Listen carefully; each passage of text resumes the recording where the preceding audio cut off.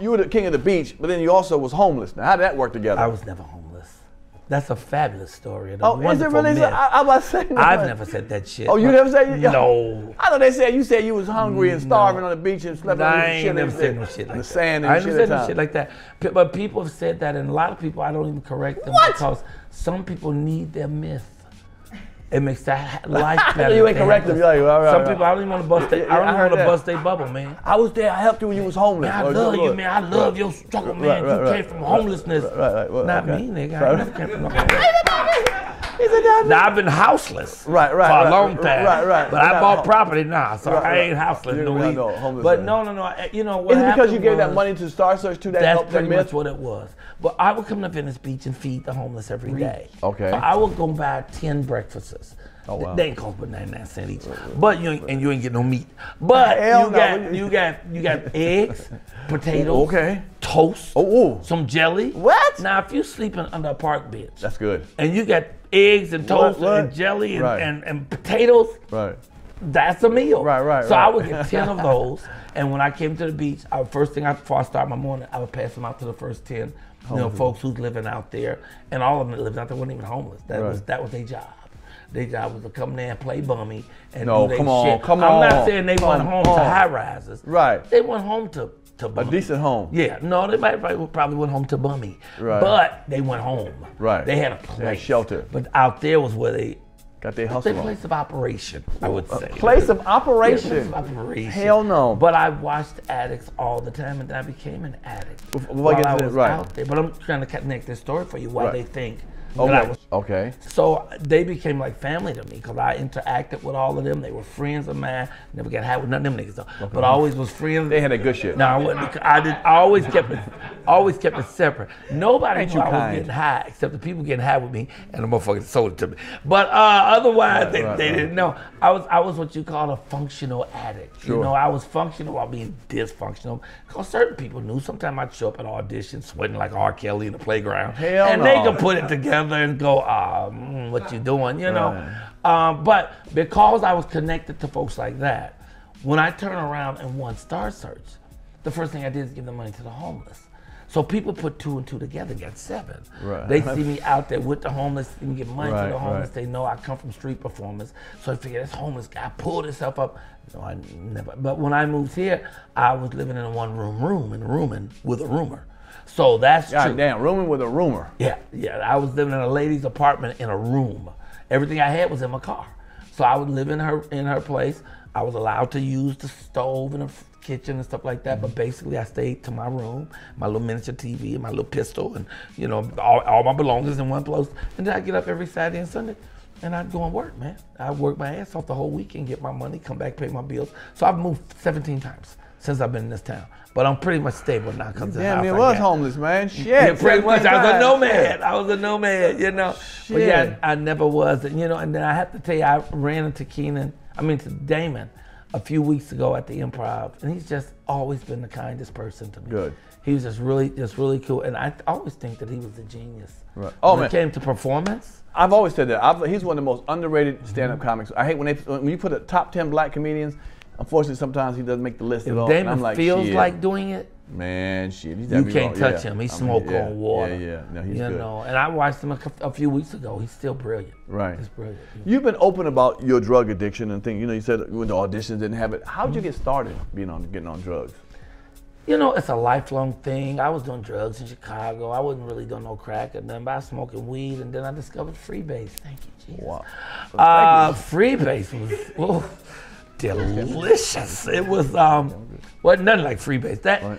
No, you don't know a hit like that. A hit like that. It's better than busting a nut. You didn't see God, but you saw his first cousin. Busting a nut. Oh, it was way better than better than busting a nut. Oh, it was better than coming. Busting a nut is shit. And there's very few things if I can bust a nut twice a day. Oh, shit. Man, please. Fuck some drugs. Ain't nothing, man. Coming is joy. Coming is joy. Right, it is. But that Freebase was a clean high. It was real clean and stuff. And I was selling Freebase. So I would sell, and I didn't have 5 customers. I made my money on the 5 customers. They come and hand me the whole check. And they sit there till they smoke that check up, you know? Wow. So I was doing it, but then I made the mistake of using my own product. no addict. Getting high on your own supply. So I was getting high off my own supply, and it was pretty tasty. So I really got into it. I did my whole thing. Then I sort of left it. I walked away from that. But then when I got out in California, I found drug culture again. Some of my friends, you know, we all had too much money. You know, I think it was Robin Williams that said it best. Right. You know, cocaine is God's way of saying you make too much goddamn money. So we was making too much money. I ain't owe nobody nothing. And you know, one day I figured, you know, what would happen if I put this rock over here and put some fire on that thing? And next thing I know, 23 years later, because I did crack for 23 years, I now have 11 years of pure sobriety. Shit. And doing that, but I know why God allowed me to be an addict for 23 years, because He know I'm gonna talk about it, brother. Is that a rock right there? No, man, I would have saw it before you. You can't throw me because I've already scanned this entire area on my way in. I saw that. I ain't mad at you. I thought that was a rock right there. Okay, all right. Oh man, you don't even know how many days. I want to see how tempting you are. You don't know how many days we crawled around on them floors, man. But naked, looking for the next one. Hell no. So wow. Now you say you're a functioning addict. So that means you did stand-up comedy, you've done movies, everything. Wow, it's fucked up. I did 6 of the 7 Def Jam seasons. I hosted 1. I co-created Comic View. I've done about 30. While you was high, while you was fucked up. Yeah. Wow. But I never ever went to work high. Never on a set, never on a stage. I respect what I do too much. I wouldn't shit on my craft. So how long did it take the high to get down for you? Say for instance, you had to do Def Jam tomorrow night. You would just make sure you knew how to stop. If I had to do Def Jam tomorrow night, I wouldn't get high today. Because tomorrow I'd be in a sluggish state. That's what I'm saying. We're still coming out of it. People, your energy different today. Right. You'll be a whole different thing. If I knew I was working, I wouldn't go anywhere near it. And you know, my friend Charlie Barnett was pretty much like that too. Yeah. Charlie Barnett would work long enough to get dope money. Then he go get high. He was a street performer in New York. For those who don't know, very famous. He was a genius street performer. He was supposed to get Saturday Night Live, you know. Yeah, but he couldn't read. Yeah. And so when it came down to them sketches, the scripts, Eddie read better. And that's what got him out. But he was the noogie man in Miami Vice. Had them big old fingertips, with thick fingertips. And he was also in DC Cab. Yeah. But just a brilliant, funny cat. He really was, and a nice guy, you know. But he had his demons. We all have our demons. Man. Can you think of what was the craziest thing you ever did high? Well, several times I almost got killed. What? Because I was going to try to go get dope. In the hood, you mean, like in bad place? Yeah, I remember once in Rialto, I was out in Rialto and I went to get some dope. And I was in a dark street, didn't have no street lights, but you see the niggas posted up. Right. And I walked up to the brother who said, yeah, he had it, and when he reached in his pocket to get it, I thought he was going for a gun, so I played like I had a gun, and this motherfucker had a gun for real. So he pulled out his real gun. Fuck you doing, nigga? And I was like, man, dude, I'm sorry, man. I just scared. Get your bitch ass out of here. So I almost got killed, got chased out of there. Were you about to call you then? And didn't even get the dope. Yes, I was. You have been in fucked up places when they like, hold on, that's Michael Colyar. Yeah. And you're like, yeah, nigga, but where that rock at? Yeah, but you know, they didn't know me by name like that, but people knew my face. So I'd be sneaking around trying to get some dope. And guys go, motherfucker, I know you, nigga. I saw you on TV. Like, motherfucker, don't be talking to me. You know, so yeah, I would, because the addiction owns you. So, you know, you start out smoking crack and crack ends up smoking you. Wow. So you had to go get it. You know, man, I'm gonna get that next rock. One more rock, nigga. That's all I need, one more rock, nigga. So, you know, so I would run into addicts that knew me.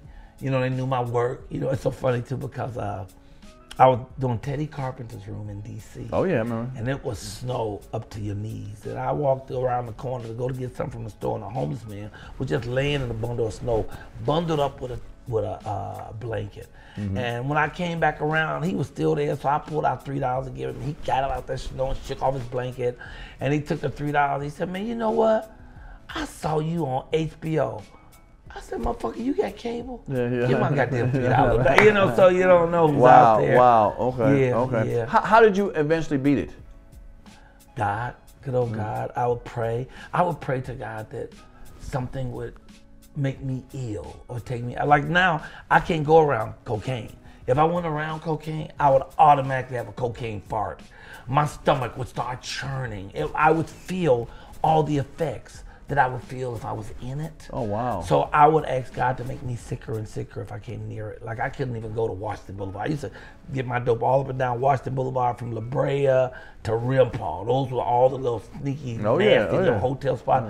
I couldn't even, when I was coming out of this, I couldn't even drive down there without getting ill. I could not drive that. Did you reach a low point of something saying this is it? I mean, we all have our low point, but I don't know what my absolute low was. Because everybody has to hit their low. Right. You know, and people's lows are different. You know, some people low is if they just lost a job or they lost a wife. Some people got to be sucking dicks for $5. You know what I'm saying?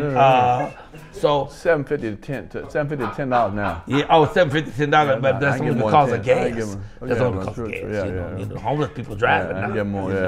Yeah. So you know, you have to have the personal low. I know that I get sick and tired of being sick and tired. I get tired of watching my wife crying each night, and you know, I do a play called Michael Colyar's Mama. Right. So I do the whole story of what I do, and I talk about my addiction. I act out the addiction. You know, 3 o'clock in the morning, sure. And the whole thing. You know, and somebody asked me, did my mother know? Well, I never got high anywhere in the vicinity of my mother, and we never discussed it. Right. Of course, your mother knows. Your mother always know. Right. Trust me, I don't give a fuck what it is. Right. Your mama know, nigga. Right. Turn me up a little bit. Turn me up a little bit. If you like that clip, hit the subscribe button or the notification bell. In fact, why don't you hit both of them?